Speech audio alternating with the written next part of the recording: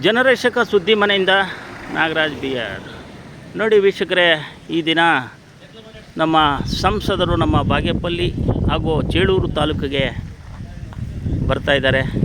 ಅಂದರೆ ಅವರ ಅನುದಾನದ ಅಡಿಯಲ್ಲಿ ಒಳ್ಳೆಯ ಕಾರ್ಯಕ್ರಮಗಳನ್ನು ದಿನವಿಡೀ ನಮ್ಮ ಚೇಳೂರು ಮತ್ತು ಬಾಗೇಪಲ್ಲಿ ತಾಲೂಕುಗಳಲ್ಲಿ ಈ ಒಂದು ಅನುದಾನದ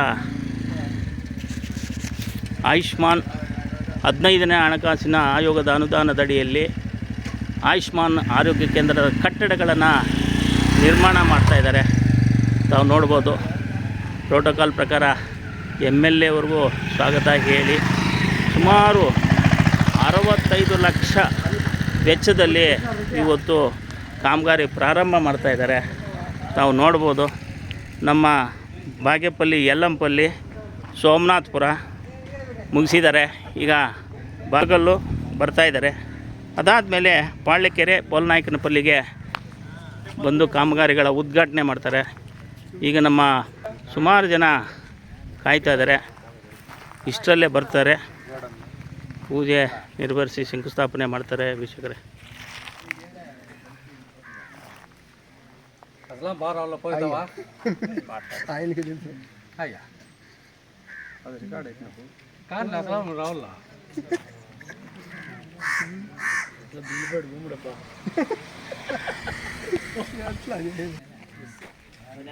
ಎಲ್ಲ ಕಾಯ್ತಾ ಇದ್ದಾರೆ. ಹಾರಗಳೆಲ್ಲ ಮುಂದೆ ಇಟ್ಕೊಂಡು ಎಲ್ಲರೂ ಕಾಯ್ತಾ ಇದ್ದಾರೆ.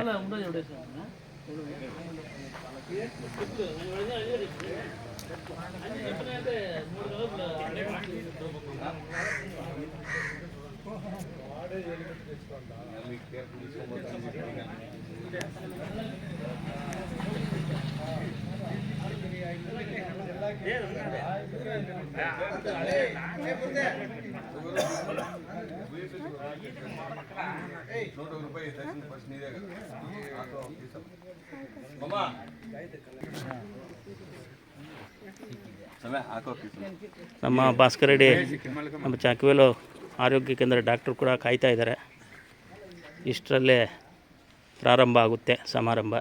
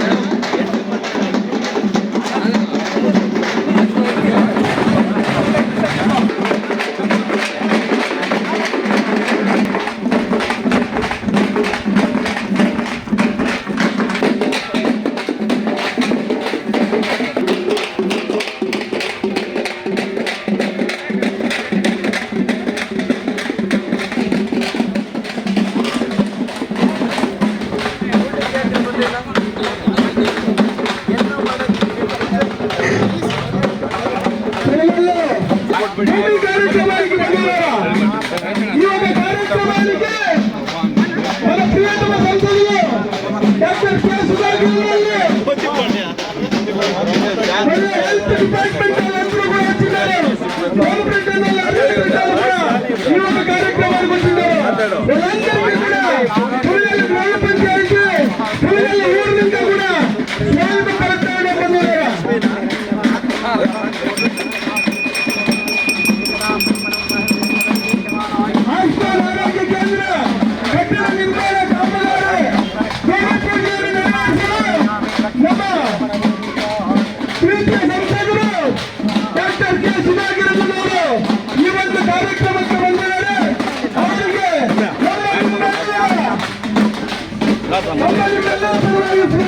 ಬಯಸುತ್ತಿದ್ದಾರೆ ಬಂದಿದೆ.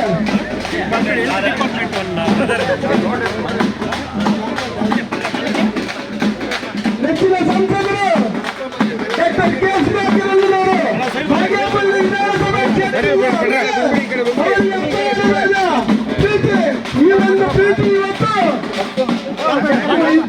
ಬೇಕಾದಷ್ಟು ಕೆಲಸಗಾರರ ಮುಖೇನ ನಿಮ್ಮೆಲ್ಲರಿಗೂ ಕೂಡ ತೋರಿಸುತ್ತಿದ್ದಾರೆ ಬಂದಿದೆ. ನಮ್ಮ ಸಂಸದರು ಒತ್ತು ಕೊಟ್ಟು ಈ ಒಂದು ಅನುದಾನವನ್ನು ಕೊಡುತ್ತ ಎಷ್ಟೋ ಅಭಿವೃದ್ಧಿ ಕಾರ್ಯಗಳನ್ನು ಮಾಡಲು ಮುಂದೆ ಬಂದಿದ್ದಾರೆ ಬಂದಿದೆ. ಅವರಿಗೆ ಸ್ವಾಗತವನ್ನು ಬಯಸುತ್ತಿದ್ದಾರೆ ಬಂದಿದೆ.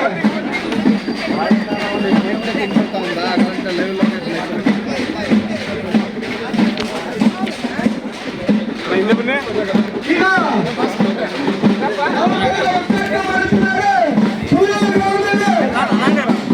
ಆಯುಷ್ಮಾನ್ ಆರೋಗ್ಯ ನಿರ್ಮಾಣದ ಈ ಒಂದು ನಾಮಫಲಕವನ್ನು ನಮ್ಮ ಪ್ರೀತಿಯ ಸಂಸದರು ನಮ್ಮ ಪ್ರೀತಿಯ ಸಂಸದರು ಡಾಕ್ಟರ್ ಕೆ ಸುಧಾಕರನವರು ಅವರ ಹಸ್ತದಿಂದ ಈ ಒಂದು ಉದ್ಘಾಟನೆ ಮಾಡುತ್ತಿದ್ದಾರೆ ಬಂದಿದೆ. बोलो भारत माता के बोलो भारत माता के बोलो भारत माता के ಡಾಕ್ಟರ್ ಕೆ ಸುಧಾಕರ್ ದೇಶದಲ್ಲಿ ನನ್ನದೇ ಒಂದು ಕಾರ್ಯವೈಖರಿಯನ್ನು ತೋರಿಸಬೇಕು.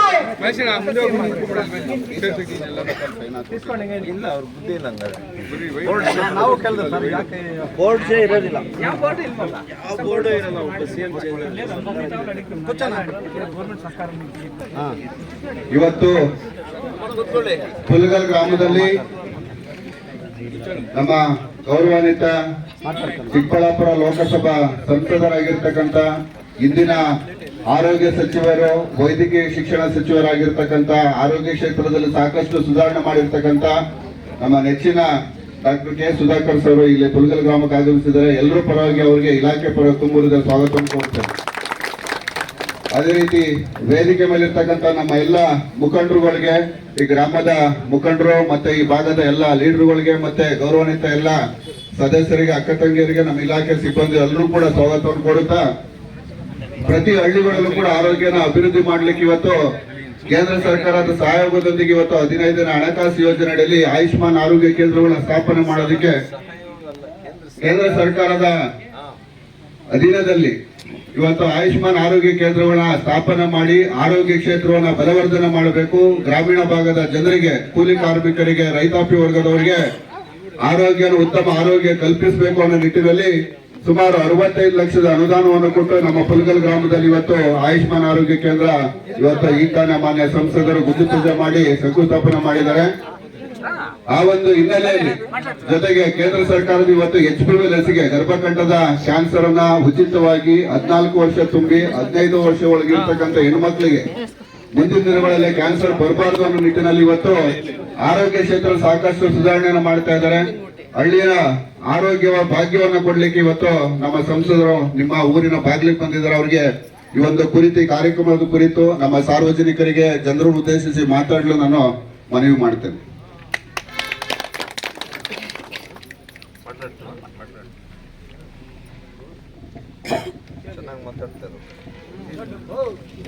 ಇಲ್ಲಿ ಬಂದಿರತಕ್ಕಂಥ ನಮ್ಮ ಸಂಸದರು, ನಮ್ಮ ಮುಖಂಡರು ನಮಗೆ ಸೂತ್ರಧಾರಿ ಅಂತ ನಾವು ಆವಾಗಲೇ ಒಂದು ದಿವಸ ಹೇಳಿದ್ವು. ನಮಗೋಸ್ಕರನೇ ನಿಮ್ಮನ್ನಲ್ಲಿ ಪರಿಗಣಿಸಿದ್ದಾರೆ, ನಿಮ್ಮನ್ನು ಮುಂದಕ್ಕೆ ತರ್ತೀವಿ ಅಂತ ಹೇಳಿದ್ವು. ಅದೇ ನಿಜವಾಯಿತು. ಅವರು MP ಆಗಿ ಮುಂದೆ ಬರೆದು ಒಳ್ಳೆಯ ಹೆಸರು, ದೇಶದಲ್ಲೇ ಒಂದೇ ಹೆಸರು ತರ್ತಾ ಇದ್ದಾರೆ. ಇವಾಗ ನಮ್ಮ MP ಗಳು ಎಷ್ಟೋ ಜನ ಹೋಗಿದ್ರು. ಮೊದಲು ಪಾರ್ಲಿಮೆಂಟ್ ಅಲ್ಲಿ ಒಳ್ಳೆ ರೀತಿಯಾಗಿ ಒಳ್ಳೆ ಕೆಲಸ ಕಾರ್ಯವನ್ನು ಮಾತಾಡಿದಂತ ಸಂಸದರು ನಮ್ಮ ಸಂಸದರು ಇವಾಗ ನಮಗೆ ಒಳ್ಳೆ ಹೆಸರು ತರ್ತಾ ಇದ್ದಾರೆ. ಅದು ಅವರಿಗೋಸ್ಕರ ನಾವಿನ್ನೂ ತುಂಬಾ ಅವರಿಗೆ ಧನ್ಯವಾದ ಹೇಳ್ತಾ ಇದ್ದೀವಿ. ಇವಾಗ ಇಲ್ಲಿ ಏನಂದ್ರೆ ಆಯುಷ್ಮಾನ್ ಭಾರತ್ ಅಂತ ಒಂದು ಯೋಜನೆ ತಂದಿದ್ರು. ಅವರು ಅನುದಾನ ಯಾರೋ ಅನಾಮಕರು ಬಂದು ಇಲ್ಲಿ ಗುದ್ರು ಪೂಜೆ ಮಾಡಿದ್ರು. ಅವರು ಪಂಚಾಯತಿ ಚೇರ್ಮನ್ ಆಗಿಲ್ಲ ಅಂತ ಅವ್ರು ಬಂದು 4-5 ಜನ ಗುದ್ರ ಪೂಜೆ ಇಟ್ಕೊಂಡು, ಗಡಾರ್ ಇಟ್ಕೊಂಡು ಪೂಜೆ ಮಾಡಿದ್ರು. ಅದಕ್ಕೆ ನಾವೆಲ್ಲ ವಿರೋಧ ಮಾಡಿ ಸಾಹೇಬ್ರು ಡೆಲ್ಲಿಯಲ್ಲಿದ್ರು. ಅವಾಗ ಫೋನ್ ಮಾಡಿಸಿ ಎಲ್ಲ ಅವತ್ತು ಪೂಜೆ ನಿಲ್ಲಿಸಿದ್ವು. ಇವಾಗ ನಮಗೆ ಎಲ್ಲ ತುಂಬಾ ಗರ್ವವಾಗಿದೆ. ಅವರೇ ಬಂದು ಗುದ್ರ ಪೂಜೆ ಮಾಡ್ತಾ ಇದ್ದಾರೆ. ಇದಕ್ಕೆ ಇನ್ನೂ ಇಂಪ್ರೂವ್ಮೆಂಟ್ ಮಾಡಿ ಇನ್ನೂ ಬೇರೆ ಕೆಲಸ ಕಾರ್ಯಗಳನ್ನು ನಮ್ಮ ಪಂಚಾಯತಿ ಮಾಡ್ತಾರಂತ ನಂಬಿ ನನ್ನ ಮಾತನ್ನು ಮುಗಿಸ್ತಾ ಇದ್ದೇನೆ. ಜೈ ಹಿಂದ್, ಜೈ ಕರ್ನಾಟಕ.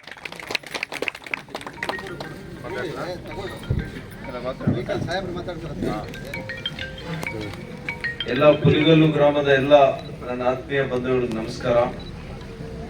ವೇದಿಕೆ ಮೇಲೆ ಉಪಸ್ಥಿತರಿರ್ತಕ್ಕಂಥ ನನ್ನ ಆತ್ಮೀಯರು, ಈ ಭಾಗದ ಜನಪ್ರಿಯ ಮುಖಂಡರು ಆಗಿರ್ತಕ್ಕಂಥ ಶ್ರೀ ಹರಿನಾಥ್ ರೆಡ್ಡಿ ಅವರೇ, ಶ್ರೀ ಕೋನಪ್ ರೆಡ್ಡಿ ಅವರೇ, ಈ ಭಾಗದ ಮುಖಂಡರಾಗಿರ್ತಕ್ಕಂಥ SY ವೆಂಕಟರಮಣ ರೆಡ್ಡಿ ಅವರೇ, ಶಂಕರಪ್ಪನವರೇ, ಭಾಸ್ಕರ್ ರೆಡ್ಡಿ ಅವರೇ,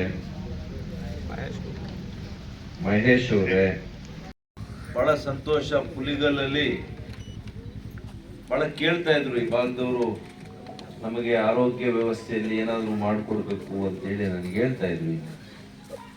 ಅದಕ್ಕೆ ಇವತ್ತು ನಾವು ಕೇಂದ್ರ ಸರ್ಕಾರದ ವತಿಯಿಂದ 65 ಲಕ್ಷ ರೂಪಾಯಿಗಳಲ್ಲಿ ನಿಮಗೆ ಇವತ್ತು ಆರೋಗ್ಯ ಮಂದಿರವನ್ನು, ಇವತ್ತು ಆರೋಗ್ಯ ಮಂದಿರ ಗ್ರೌಂಡ್ ಫ್ಲೋರು, ಫಸ್ಟ್ ಫ್ಲೋರ್ ಇರುತ್ತೆ. ಫಸ್ಟ್ ಫ್ಲೋರ್ ಅಲ್ಲಿ ಕಂಪಲ್ಸರಿಯಾಗಿ ANM ಇರ್ತಾರ, CHO ಇರ್ತಾರೆ, ಕಮ್ಯುನಿಟಿ ಹೆಲ್ತ್ ಆಫೀಸರ್. ಏನಪ್ಪ, ಕಮ್ಯುನಿಟಿ ಹೆಲ್ತ್ ಆಫೀಸರು ಪರ್ಮನೆಂಟ್ ಆಗಿ ಇನ್ನ ಪುಲಗಲ್ಲೇ ಇರ್ತಾರೆ. ಅವ್ರಿಗೆ ಬೇಕಾದಂತ ವ್ಯವಸ್ಥೆಯನ್ನು ಕೂಡ ಈ ಕಾರ್ಯಕ್ರಮದಲ್ಲಿ ಮಾಡ್ತಾ ಇದೀವಿ. ಕೆಳಗಡೆ ಕ್ಲಿನಿಕ್ ಇರುತ್ತೆ, ಅಲ್ಲಿ ಎಕ್ಸಾಮಿನೇಷನ್ ಮಾಡೋದಕ್ಕೆ ಅವಕಾಶ ಇದೆ, ಲ್ಯಾಬ್ ಇದೆ, ಸ್ಟೋರ್ಸ್ ಇದೆ, ಮತ್ತು ಅವರಿಗೆ ಉಳ್ಕೊಳ್ಳಿಕ್ಕೆ ನಮ್ಮ CHOಗೆ, ಕಮ್ಯುನಿಟಿ ಹೆಲ್ತ್ ಆಫೀಸರ್ಗೆ ಮೊದಲನೇ ಮಾಡಿಯಲ್ಲಿ ಅವರಿಗೆ ಮನೆ ಇದೆ. 2 ಬೆಡ್ರೂಮು, 2 ಟಾಯ್ಲೆಟ್ ಎಲ್ಲ ಅವ್ರಿಗಿದೆ, ಕಿಚನ್ ಎಲ್ಲ ಕೂಡ ಅವರಿಗಿದೆ. ಕೆಳಗಡೆ ನಮ್ಮ ರೈತಾಪಿ ಜನಕ್ಕೆ, ಬಡವರಿಗೆ ಅಲ್ಲಿ ಲ್ಯಾಬ್ ಇದೆ, ಎಲ್ಲ ಟೆಸ್ಟ್ ಮಾಡಿಸ್ಕೋಬಹುದು. BP, ಶುಗರು, NCD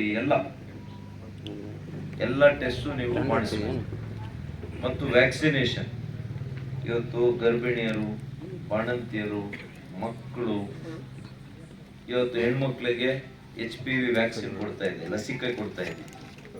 ಹಿಂಗೆ ಎಲ್ಲ ಲಸಿಕೆಗಳನ್ನ ನೀವೆಲ್ಲೋ ಬಾಗೇಪಲ್ಲಿವರೆಗೂ ಹೋಗ್ಬೇಕಾಗಿಲ್ಲ, ಚಿಕ್ಕಬಳ್ಳಾಪುರದವರೆಗೂ ಹೋಗ್ಬೇಕಾಗಿಲ್ಲ, ನಿಮ್ಮೂರಿನಲ್ಲೇ ತಗೋಬಹುದು. ಮಾಡಿದ್ದು ಒಳ್ಳೇದಾ? ಹಾಗಾಗಿ ನಾವು ಕೇಂದ್ರ ಸರ್ಕಾರದಲ್ಲಿ ಮೋದಿ ಸಾಹೇಬ್ರು ನಾವು ಒಳ್ಳೆ ಕೆಲಸನೇ ಮಾಡ್ತೀವಿ, ಜನಪರವಾಗಿರುವಂತ ಕೆಲಸನೇ ಮಾಡ್ತೀವಿ, ಜನರಿಗೆ ಉಪಯೋಗ ಆಗುವಂತ ಕೆಲಸ ಮಾಡ್ತೀವಿ. ಹಾಗಾಗಿ ನೀವೆಲ್ಲ ಕೂಡ ನೀವು ಏನ್ ಭರವಸೆ ಇಟ್ಕೊಂಡಿದ್ದೀರಿ ಕೇಂದ್ರ ಸರ್ಕಾರದಲ್ಲಿ, ಇವತ್ತು ಆರೋಗ್ಯಯುಕ್ತ ದೇಶ ಆಗ್ತಾ ಇದೆ. ಹೆಂಗಾಗ್ತಾ ಇದೆ? ಒಂದು ಕೇವಲ ಆಸ್ಪತ್ರೆಗಳನ್ನು ಮಾತ್ರ ಸ್ಥಾಪನೆ ಮಾಡ್ತಾ ಇಲ್ಲ, ಅದರ ಜೊತೆಗೆ ಇವತ್ತು ಆಯುಷ್ಮಾನ್ ಭಾರತ್ ಇನ್ಶೂರೆನ್ಸ್ ಅನ್ನ ನಿಮಗೆ ಮಾಡಿಸ್ಕೊಡ್ತಾ ಇದೀವಿ. ತಲಾ 5 ಲಕ್ಷ ರೂಪಾಯಿ ಒಂದು ವರ್ಷದಲ್ಲಿ ನೀವು ಖರ್ಚು ಮಾಡ್ಲಿಕ್ಕೆ ಅವಕಾಶ ಇದೆ. ಈ ವರ್ಷದಲ್ಲಿ 5 ಲಕ್ಷ ಖರ್ಚಾಗೋಯ್ತು, ಮುಂದಿನ ವರ್ಷ ಏನೋ ಆಕ್ಸಿಡೆಂಟ್ ಆಗೋಯ್ತು, ಹೆಂಗಪ್ಪ ಅಂದ್ರೆ ಮತ್ತೆ ಮುಂದಿನ ವರ್ಷ ಕೂಡ 5 ಲಕ್ಷದವರೆಗೂ ನಿಮಗೆ ಅವಕಾಶ ಇದೆ. ಇಂಥ ಯೋಜನೆ ಮುಂಚೆ ಯಾರಾದ್ರೂ ಮಾಡಿದ್ರ? ಮತ್ತೆ 70 ವರ್ಷ ಮೇಲ್ಪಟ್ಟಿರ್ತಕ್ಕಂಥ ವಯೋವೃದ್ಧರು, ಹಿರಿಯರು, ಹಿಂದೆ ಎಲ್ಲ 78 లైన్ ఇంకా వాళ్ళని పట్టించుకునే వాళ్ళు ఉండలే, ఇట్లానూ లేదు ಸರ್ಕಾರ ಮೊದಲೇ ಇಲ್ಲ. ಆದ್ರೆ ಇವತ್ತು ಮೊನ್ನೆ ನರೇಂದ್ರ ಮೋದಿಜಿ ಅವರು ಪ್ರಧಾನಮಂತ್ರಿಗಳಾದ್ಮೇಲೆ ನಮ್ಮ ಬಿಜೆಪಿಯ ಇವತ್ತು ಕೇಂದ್ರ ಸರ್ಕಾರ 70 ವರ್ಷ ಮೇಲ್ಪಟ್ಟವರಿಗೆ ವಯೋ ಆಯುಷ್ಮಾನ್ ಕಾರ್ಡ್ ಅಲ್ವಾ, ವಯೋವಂದನ ಆಯುಷ್ಮಾನ್ ಭಾರತ್ ಕಾರ್ಡ್ ಅನ್ನ ಕೊಡ್ತೀವಿ. ಅದರಲ್ಲಿ ಏನು ಅಂದ್ರೆ 5 ಲಕ್ಷ ಜೊತೆಗೆ ಇನ್ನ 5 ಲಕ್ಷ ಜಾಸ್ತಿ ಆಗುತ್ತೆ. ಅಂದ್ರೆ 10 ಲಕ್ಷ ರೂಪಾಯಿವರೆಗೂ ಕೂಡ 70 ವರ್ಷ ಮೇಲ್ಪಟ್ಟಿರ್ತಕ್ಕಂಥ ವ್ಯಕ್ತಿಗಳಿಗೆ ಏನಾದ್ರೂ ಆರೋಗ್ಯದಲ್ಲಿ ಸಮಸ್ಯೆ ಆದ್ರೆ, ಆರೋಗ್ಯದಲ್ಲಿ ಏರುಪೇರಾದ್ರೆ, ಅವರಿಗೆ ಆಸ್ಪತ್ರೆಯಲ್ಲಿ ದಾಖಲಾತಿಯಾಗಿ ಖಾಸಗಿ ಆಸ್ಪತ್ರೆಯಲ್ಲಿ ಕಟ್ಟಲಿಕ್ಕೆ ಹಣ ಇರೋದಿಲ್ಲ, ಆಗ ಅವರಿಗೆ ಕೇಂದ್ರ ಸರ್ಕಾರ ಹಣ ಕೊಡುತ್ತೆ. ಎಷ್ಟು ಕೊಡುತ್ತೆ? 10 ಲಕ್ಷವರೆಗೂ ಕೂಡ ಒಬ್ಬ ವ್ಯಕ್ತಿ ಕೊಡುತ್ತೆ. ಇದು ಒಳ್ಳೆ ಕಾರ್ಯಕ್ರಮನ? ಇದನ್ನ ಕಾರ್ಡ್ಗಳೆಲ್ಲ ಮಾಡಿಸ್ಕೊಂಡಿದ್ದೀರಾ? ಮಾಡಿಸ್ಕೊಳ್ದೆ ಇದ್ರೆ ತಕ್ಷಣ ಮಾಡಿಸ್ಕೊಳ್ಳಿ, ಫ್ರೀ ಇದು. ₹1 ಕೊಡ್ಬೇಕಾಗಿಲ್ಲ ನೀವು ಯಾರಿಗೂ, ಅಲ್ಲೇನ್ರಿ ಡಾಕ್ಟ್ರೆ? ಉಚಿತವಾಗಿ ಆಯುಷ್ಮಾನ್ ಭಾರತ್ ನಿಮಗೆ ಸಿಗ್ತದೆ. 70 ವರ್ಷ ಮೇಲಿರುವವರಿಗೆ ವಯೋವಂದನಾ ಆಯುಷ್ಮಾನ್ ಭಾರತ್ ಕಾರ್ಡ್ ಕೊಡ್ತಾರೆ. ಈ 2 ಕಾರ್ಡ್ಗಳನ್ನು ತಗೋಬೇಕು. ಲಸಿಕೆಗಳು ಅನೇಕರಿಗೆ ಕೊಡ್ತಾ ಇದ್ದೀವಿ. ಈಗ 14 ವರ್ಷ ಮೇಲ್ಪಟ್ಟು 15 ವರ್ಷದ ಒಳಗಡೆ ಇರ್ತಕ್ಕಂಥ ಹೆಣ್ಣುಮಕ್ಕಳಿಗೆ ಗರ್ಭಕೋಶ ಕ್ಯಾನ್ಸರ್ ಅನ್ನ ತಡೆಗಟ್ಟಲಿಕ್ಕೆ ಅದು ಲಸಿಕೆ ಕೊಡ್ತಾ ಇದ್ದೀವಿ. ಹಿಂದೆ ಯಾರು ಕೊಡ್ತಾ ಇರಲಿಲ್ಲ, ₹1000 ಆಗ್ತಾ ಇತ್ತು ಖರ್ಚು. ಗ್ರಾಮೀಣ ಪ್ರದೇಶದಲ್ಲಿ ಅದ್ರ ಬಗ್ಗೆ ಗೊತ್ತೇ ಇಲ್ಲ, ಕೊಡಿಸ್ತಾನೆ ಇರಲಿಲ್ಲ ಹೆಣ್ಮಕ್ಳಿಗೆ. ಇವತ್ತು ಕ್ಯಾನ್ಸರ್ ಅಲ್ಲಿ ದೇಶದಲ್ಲಿ ಅತಿ ಜಾಸ್ತಿ ಆಗುವಂತದ್ದು, 2ನೇ ಅತಿ ಜಾಸ್ತಿ ಯಾವ ಕ್ಯಾನ್ಸರ್ ಆಗ್ತಾ ಇತ್ತು? ಗರ್ಭಕೋಶದ ಕ್ಯಾನ್ಸರ್ ಆಗ್ತಾ ಇತ್ತು, ಸರ್ವೈಕಲ್ ಕ್ಯಾನ್ಸರ್ ಅಂತ. ಅದು ಯಾಕೆ ಆಗ್ತಾ ಇತ್ತು? ಒಂದು ವೈರಾಣು, ಹ್ಯೂಮನ್ ಪ್ಯಾಪಿಲೋಮಾ ವೈರಾಣು ಅಂತ. ಅದಕ್ಕೆ ಇವತ್ತು ಲಸಿಕೆ ಬಂದಿದೆ. ಆ ಲಸಿಕೆಯನ್ನ ಕೇಂದ್ರ ಸರ್ಕಾರ ಸಂಪೂರ್ಣವಾಗಿ ಉಚಿತವಾಗಿ, ಈಗ ನೋಡಿ ಇವತ್ತು ನಿಮ್ಮ ಕ್ಲಿನಿಕ್ ಆದ್ಮೇಲೆ ಇಲ್ಲೇ ಕೊಡ್ತಾರೆ ಲಸಿಕೆಯನ್ನು, ಇಲ್ಲೇ ಕೊಡ್ತಾರೆ. ಮತ್ತು ನಾನು ಆರೋಗ್ಯ ಸಚಿವನಿದ್ದಾಗ ಆರೋಗ್ಯ ಸ್ವಾಸ್ಥ್ಯ ಕೇಂದ್ರಗಳನ್ನ ಸುಮಾರು 5850 ಕೇಂದ್ರಗಳು ಈ ರಾಜ್ಯದಲ್ಲಿ 2 ವರ್ಷಗಳಲ್ಲಿ ಮಾಡಿಸಿದ್ದೇನೆ. ಪ್ರಾರಂಭ ಮಾಡಿ ಉದ್ಘಾಟನೆ ಮಾಡಿದ್ದೇನೆ 2 ವರ್ಷಗಳಲ್ಲಿ. ಈಗ ರಾಜ್ಯದಲ್ಲಿ ಎಷ್ಟಿದೆ ಒಟ್ಟು ಅಂದ್ರೆ 10,000 ಇದೆ. 6,000 ನಾನೇ ಮಾಡಿಸಿದ್ದೀನಿ. ಇನ್ನ ಎಲ್ಲರೂ ಸೇರಿ 4,000 ಮಾಡಿಸಿದ್ದಾರೆ ಇನ್ನೂ ಕೂಡ. ಹಾಗಾಗಿ ಇದು ರಾಜ್ಯದ ಜನರಿಗೆ ಅರ್ಥ ಆಗಬೇಕು. ಹೇಳ್ತಾರಲ್ಲ, ಅದು ಕೋವಿಡ್ ಬಂದಂತ ಸಂದರ್ಭದಲ್ಲಿ ಮಾಡಿಸಿರೋದು ನಾವು. ಇವಾಗೇನು ಕೆಲಸ ಇಲ್ಲ, ಮತ್ತೆ ರಾಜ್ಯ ಸರ್ಕಾರಕ್ಕೆ ಮಾಡಕ್ಕೆ ಏನಪ್ಪ? ನಾನು ಹೀಗಿದ್ದಿದ್ರೆ 10,000 ಇವತ್ತು ಆರೋಗ್ಯ ಕೇಂದ್ರಗಳನ್ನು ಮಾಡಿಸ್ತಾ ಇದ್ದೆ ಇಡೀ ರಾಜ್ಯದಲ್ಲಿ ಅಡಿಷನಲ್. ಉತ್ತರ ಪ್ರದೇಶದಲ್ಲಿ 21,000 ಇದೆ, ಈಗ 23,000. ನಮ್ದು ಬರೀ 10,000 ಇದೆ. ಹಾಗಾಗಿ ಈಗ ಹೊಸದಾಗಿ ಬಂದವ್ರೆ ಪಾಪ ಆರೋಗ್ಯ ಸಚಿವರು. ಹಿಂದೆ ಇದ್ದವ್ರು ಬಿಡಿ, ಆರೋಗ್ಯ ಸಚಿವರು ಪಾಪ ಅವ್ರು ಇದ್ರು, ಏನ್ ಕೆಲಸ ಮಾಡಿದ್ರು, ಹೆಂಗ್ ಬಂದ್ರು ಹೆಂಗ್ ಹೋದ್ರು ನಂಗೆ ಗೊತ್ತೇ ಇಲ್ಲ. ದಿನೇಶ್ ರಾಯರು ಹೆಂಗ್ ಬಂದ್ರು ಹೆಂಗ್ ಹೋದ್ರು ನನಗಂತೂ ಗೊತ್ತಾಗ್ಲಿಲ್ಲ. ಹಾಗಾಗಿ ಈಗ ಬಂದಿದ್ದಾರೆ. ಇವ್ರ ಹಿಂದೆ ಕೂಡ ಆರೋಗ್ಯ ಸಚಿವರಾಗಿದ್ರು ಕಾದೇರ್ ಅವರು, ಮಾಡ್ತಾರೆ ಅಂತ ನಾನು ತಿಳ್ಕೊಂಡಿದ್ದೀನಿ. ಅವ್ರಿಗೂ ಸಮಯ ಕೊಡ್ಬೇಕಲ್ಲ ನಾವು. ಈಗ ಮನೆ ತಗೊಂಡವ್ರು, ಹಾಗಾಗಿ ನಾನು ಟೀಕೆ ಮಾಡಕ್ ಹೋಗಲ್ಲ. ಅವ್ರಿಗೆ ಸಮಯ ಕೊಡ್ಬೇಕು. ಸಮಯ ಕೊಟ್ಟು ಅವ್ರು ಒಳ್ಳೆ ಕೆಲಸ ಮಾಡಲಿ ಅಂತೇಳಿ ಮಾತ್ರ ನಾನು ಅಪೇಕ್ಷೆ ಮಾಡ್ತೀನಿ. ಮತ್ತು ಇವತ್ತೆಲ್ಲ ನಮ್ಮ ಲೀಡರ್ಸ್ ಬಂದಿದ್ದಾರೆ, ಇದರೆಲ್ಲ ಉಪಯೋಗ ತಗೊಳ್ಳಿ. ಇಂಥ ಗ್ರಾಮೀಣ ಪ್ರದೇಶದ ಒಂದು ಎಲ್ಲಿ ಗಡಿಭಾಗದಲ್ಲಿ ಇಂಥ ಒಂದು ಗ್ರಾಮದಲ್ಲಿ ಇವತ್ತು ನಾವು ಮಾಡ್ತಾ ಇದ್ದೀವಿ ಅಂದ್ರೆ, ಇವತ್ತು ನಮ್ಮ ಸರ್ಕಾರ, ನಮ್ಮ ಪಕ್ಷದ ಸರ್ಕಾರ ಯಾವ ರೀತಿ ಬಡವರ ಪರ ಇದೆ. ಇವತ್ತು ಏನು ಸಂಕಲ್ಪ ಇದೆ ಪ್ರಧಾನಮಂತ್ರಿಗಳದು, ಪ್ರಧಾನಮಂತ್ರಿಗಳ ಸಂಕಲ್ಪ ಏನಿದೆ? 2047ಕ್ಕೆ ಸಶಕ್ತ ಭಾರತ, ವಿಕಸಿತ ಭಾರತವನ್ನಾಗಿ ಮಾಡಬೇಕು ಅಂತ ಇದೆ. ಆ ವಿಕಸಿತ ಭಾರತ ಆಗಲಿಕ್ಕೆ ಇವೆಲ್ಲ ಕೂಡ ಆಗಬೇಕು. ಆಸ್ಪತ್ರೆಗಳು ಕೈಗೆಟುಕುವ ದರದಲ್ಲಿ ಉಚಿತವಾಗಿ ಗುಣಮಟ್ಟದ ಆರೋಗ್ಯ ಕೇಂದ್ರಗಳು ಅಲ್ವಾ, ಮತ್ತು ಒಳ್ಳೆಯ ಗುಣಮಟ್ಟದ ಶಾಲೆಗಳು, ಗುಣಮಟ್ಟದ ಕಾಲೇಜುಗಳು, ಉದ್ಯೋಗ ಅವಕಾಶಗಳು, ಒಳ್ಳೆಯ ಕೈಗಾರಿಕೆಗಳು, ವಿದೇಶಿ ಹೂಡಿಕೆಗಳು, ಇವೆಲ್ಲ ಆದಾಗನೇ ಭಾರತ ಮುಂದುವರಿದ ದೇಶ ಆಗ್ತದೆ. ಅದಕ್ಕೆ ನಿಮ್ಮೆಲ್ಲರ ಸಹಕಾರ ಬೇಕು, ನಿಮ್ಮೆಲ್ಲರ ಬೆಂಬಲ ಬೇಕು, ನಿಮ್ಮೆಲ್ಲರ ಆಶೀರ್ವಾದ ಬೇಕು. ನಾವು ಮಾನ್ಯ ನರೇಂದ್ರ ಮೋದಿ ಅವರ ನೇತೃತ್ವದಲ್ಲಿ ಬಿಜೆಪಿಯ NDA ಸರ್ಕಾರ 100ಕ್ಕೆ 100 ಬರುವಂತ ದಿನಗಳಲ್ಲಿ ವಿಕಸಿತ ಭಾರತ ನಾವು ನೋಡ್ತೇವೆ. ಈಗಾಗಲೇ ತಲಾ ಆದಾಯ ಜಾಸ್ತಿ ಆಗ್ತಾ ಇದೆ. ಪ್ರತಿಯೊಬ್ಬರ ತಲಾ ಆದಾಯ ಜಾಸ್ತಿ ಆಗ್ತಾ ಇದೆ ಇಲ್ವಾ? ರೈತರ ತಲಾ ಆದಾಯ ಜಾಸ್ತಿ ಆಗ್ತಾ ಇದೆ, ಕಾರ್ಮಿಕರ ತಲಾ ಆದಾಯ ಜಾಸ್ತಿ ಆಗ್ತಾ ಇದೆ, ಎಲ್ಲರ ಒಂದು ತಲಾ ಆದಾಯನೂ ಜಾಸ್ತಿ ಆಗ್ತಾ ಇದೆ. ಮತ್ತು ಇಡೀ ದೇಶದ ಗೌರವ ಕೂಡ ವಿಶ್ವದಲ್ಲಿ ಹೆಚ್ಚು ಗೌರವ ಸಿಗ್ತಾ ಇದೆ ನಮ್ಗೆ. ಸಿಗ್ತಾ ಇದೆಯಾ ಇಲ್ವಾ? ಮೊದ್ಲು ಹಿಂಗಿತ್ತ? ಮೊದ್ಲು ಹಿಂಗಿರ್ಲಿಲ್ಲ. ಹಾಗಾಗಿ ಇವತ್ತು ಮಾನ್ಯ ನರೇಂದ್ರ ಮೋದಿ ಅವರು ಎಲ್ಲರ ವಿಶ್ವ ನಾಯಕರ ಜೊತೆ ಒಂದು ಸಂಪರ್ಕ ಇಟ್ಕೊಂಡು ಅಂತಹ ಭೀಕರವಾದಂತಹ ಯುದ್ಧಗಳು ನಡೀತಾ ಇರಬೇಕಾದ್ರೂ ಕೂಡ ನಮಗೆಲ್ಲೂ ಕೂಡ ಪೆಟ್ರೋಲ್ ಆಗ್ಲಿ, ಡೀಸೆಲ್ ಆಗ್ಲಿ, ಗ್ಯಾಸ್ ಆಗ್ಲಿ, ಯಾರಿಗಾದ್ರೂ ಗ್ಯಾಸ್ ಇಲ್ದಿರ ಮನೆಯಲ್ಲಿ ನಾವು ಅಡಿಗೆ ಮಾಡಕ್ ಆಗ್ಲಿಲ್ಲಪ್ಪ ಅಂತ ಸಂದರ್ಭ ಬಂತ? ಯಾರಿಗೂ ಬರ್ಲಿಲ್ಲ. ಸ್ವಲ್ಪ ರೇಟ್ ಜಾಸ್ತಿ ಆಗಿರ್ಬೋದು ಅಷ್ಟೇ. ಆದ್ರೆ ಅನೇಕ ದೇಶಗಳಲ್ಲಿ ಪೆಟ್ರೋಲು ಇಲ್ಲ, ಡೀಸೆಲ್ ಸಿಕ್ಲಿಲ್ಲ, 1/10 ಬೆಲೆ ಆಗೋಗಿದೆ. ಆದ್ರೆ ಮಾನ್ಯ ನರೇಂದ್ರ ಮೋದಿ ಅವರ ಏನು ಅನೇಕ ವಿಶ್ವ ನಾಯಕರ ಜೊತೆ ಅವರಿಗಿದ್ದಂತ ಒಂದು ಸಂಪರ್ಕ, ಸ್ನೇಹ, ಸಂಬಂಧ, ಇದರಿಂದ ಇವತ್ತು ಭಾರತ ಅಪಾಯದಿಂದ ಪಾರಾಗಿದ್ದೇವೆ. ಇರಾನ್ ದೇಶಕ್ಕೇನೆ ಹೇಳಿ ನಮ್ಮ ಹಡಗುಗಳು ಬರುತ್ತಪ್ಪ, ಅದಕ್ಕೆ ಇವಾಗ ಸದ್ಯಕ್ಕೆ ಏನು ಮಾಡಬೇಡಿ, ನಮ್ಮ ಹಡಗುಗಳು ಬಿಟ್ಕೊಡಿ ಅಂತ ಹೇಳಿದ್ರು ಕೂಡ ಅವ್ರು ಕೇಳಿದ್ದಾರೆ.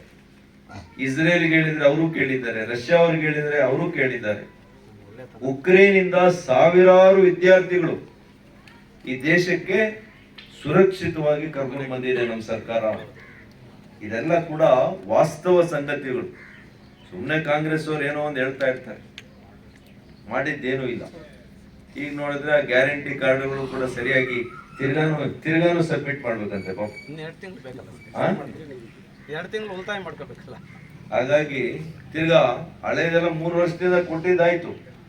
ಈಗ ಹೊಸದಾಗಿ ಅರ್ಜಿ ಕೊಡಿ, ಎಲ್ಲ ದಾಖಲೆಗಳು ಕೊಡಿ. ಈಗ ಮತ್ತೆ ಇದೇನು ಹೊಸ ಸರ್ಕಾರನ? ಹೊಸ ಮುಖ್ಯಮಂತ್ರಿ, ಹೊಸ ಸರ್ಕಾರ ಏನಲ್ವಲ್ಲ.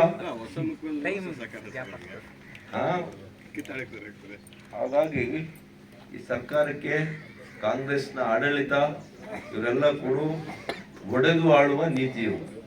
ಹಾಗಾಗಿ ಅಭಿವೃದ್ಧಿ ಕಡೆ ಗಮನ ಇಲ್ಲ, ವಿಕಾಸದ ಕಡೆ ಗಮನ ಇಲ್ಲ. ದೇಶ ಯಾವ ರೀತಿ ಅಭಿವೃದ್ಧಿ ಹೊಂದಬೇಕು ಅನ್ನೋದ್ರ ಕಡೆ ಗಮನ ಇದೆ. ಹಾಗಾಗಿ ನೀವೆಲ್ಲ ಕೂಡ ಒಳ್ಳೆ ತೀರ್ಮಾನಗಳನ್ನ ತೆಗೆದುಕೊಳ್ಳಿ. ಇವತ್ತು ನೋಡಿ ವೆಸ್ಟ್ ಬೆಂಗಾಲ್, ಇವತ್ತು ಉತ್ತರ ಪ್ರದೇಶ ಎಷ್ಟು ಒಳ್ಳೆ ಅಭಿವೃದ್ಧಿ ಆಗ್ತಾ ಇದೆ. ಯಾಕೆ? ಡಬಲ್ ಇಂಜಿನ್ ಸರ್ಕಾರ ಇದೆ.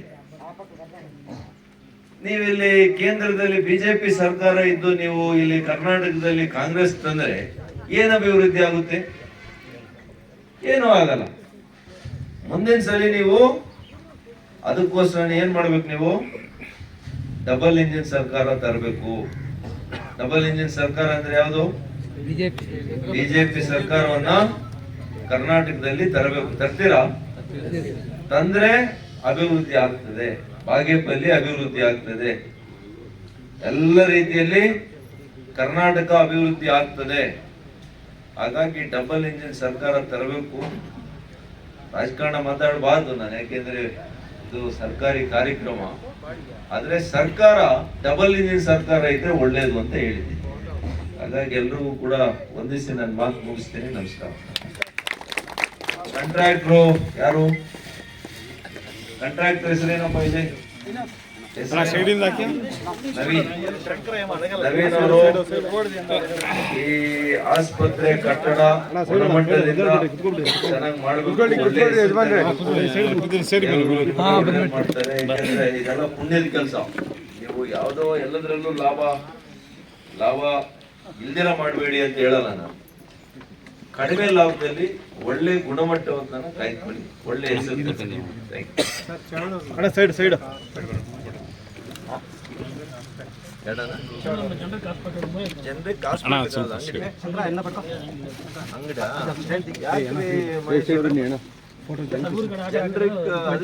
ಅಂಜನಣ್ಣ ಅಣ್ಣ ಸೈಡಿಂದ ಹಾಕಿ ಅಣ್ಣ. ಇವತ್ತು ಮುಲ್ಗಲ್ ಗ್ರಾಮದಲ್ಲಿ ಆಯುಷ್ಮಾನ್ ಆರೋಗ್ಯ ಕೇಂದ್ರ ಕಟ್ಟಡ ನಿರ್ಮಾಣ ಕಾಮಗಾರಿಗೆ ಭೂಮಿ ಪೂಜೆಯನ್ನು ನೆರವೇರಿಸಿದಂತ ನಿಮ್ಮ ಮೆಚ್ಚಿನ ಸಂಸದರು ಆದಂತಹ ಡಾಕ್ಟರ್ ಕೆ ಸುಧಾಕರನ್ ಅವರಿಗೆ ಮುಲ್ಗಲ್ ಗ್ರಾಮದಿಂದ ಇವಾಗ ಸನ್ಮಾನ ಕಾರ್ಯಕ್ರಮ ಒಂದು ಹಮ್ಮಿಕೊಂಡಿದ್ದು. ಈ ಒಂದು ಕಾರ್ಯಕ್ರಮವನ್ನು ಇಷ್ಟೊಂದು ಯಶಸ್ವಿಯಾಗಿ ನಡೆಸಿಕೊಟ್ಟಂತ ನಮ್ಮ ಸಂಸದರು ಡಾಕ್ಟರ್ ಕೆ ಸುಧಾಕರಣ್ಣನ್ ಅವರಿಗೆ ಅಭಿನಂದನೆಗಳನ್ನು ಸಲ್ಲಿಸುತ್ತಾ ಈ ಒಂದು ಕಾರ್ಯಕ್ರಮವನ್ನು ಮುಕ್ತಾಯ ಮಾಡುತ್ತಿದ್ದೇವೆ ಬಂಧುಗಳೇ.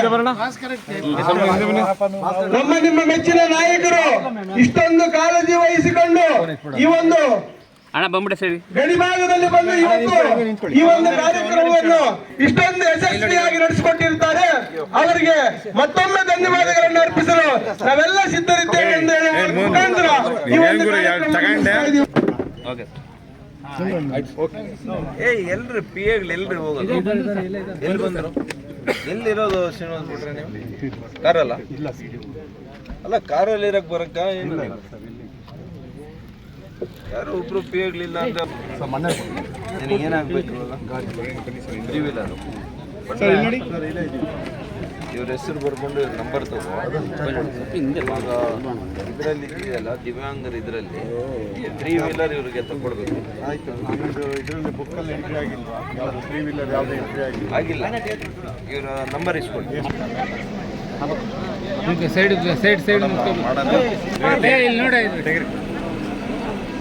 ತಾವು ಲಾಸ್ಟ್ ಟೈಮ್ ಬಂದಿದ್ರೆ ಇದೇ ಚೇಳೂರು ಕಟ್ಟಡನ ಉದ್ಘಾಟನೆ ಮಾಡೋಕ್ಕೆ ತಾವು ಮಂತ್ರಿ ಆಗಿದ್ದರೆ ಯಾವುದಪ್ಪ ಲಾಸ್ಟ್ ಟೈಮು ಚೇಳೂರದು. ನಾನು 16 TMC ಕುಡಿಯೋ ನೀರದು ತಮಗೆ ಹೇಳಿದೆ. ನಾವು CM ಹತ್ರ ಮಾತಾಡ್ಬಿಟ್ಟು 16 TMC ಕೃಷ್ಣಾದು ವಾಟ್ರು ಬಾಕಿ ಇದೆ ಸರ್. ಕರ್ನಾಟಕ ಸರ್ಕಾರ ಯಾರು ಕೂಗಿ ಎತ್ತಾ ಇಲ್ಲ. ಅಟ್ಲೀಸ್ಟ್ ಕೇಂದ್ರ ಸರ್ಕಾರದಿಂದ ನೀವು ರಾಜ್ಯ ಸರ್ಕಾರ ಇದುವರೆಗೂ ಅವ್ರಿಗೆ ಮನವಿ ಕೂಡ ಮಾಡಿಲ್ಲ. ಹಾಗಾಗಿ ನಾನು ಅದನ್ನೇ ಹೇಳ್ತಾ ಇರೋದು, ಇವತ್ತು ಅವರು ಮನವಿ ಮಾಡಿದ್ರೆ ನಾವು ಕೇಂದ್ರದಿಂದ ಅಲ್ಲಿನ ಮುಖ್ಯಮಂತ್ರಿಗಳಿಗೆ ನಾನು ಹೋಗ್ತೇನೆ, ನಾನು ಮಾತಾಡಿ ಯಾವುದೋ ಒಂದು ಸೊಲ್ಯೂಷನ್ ಮಾಡೋಣ.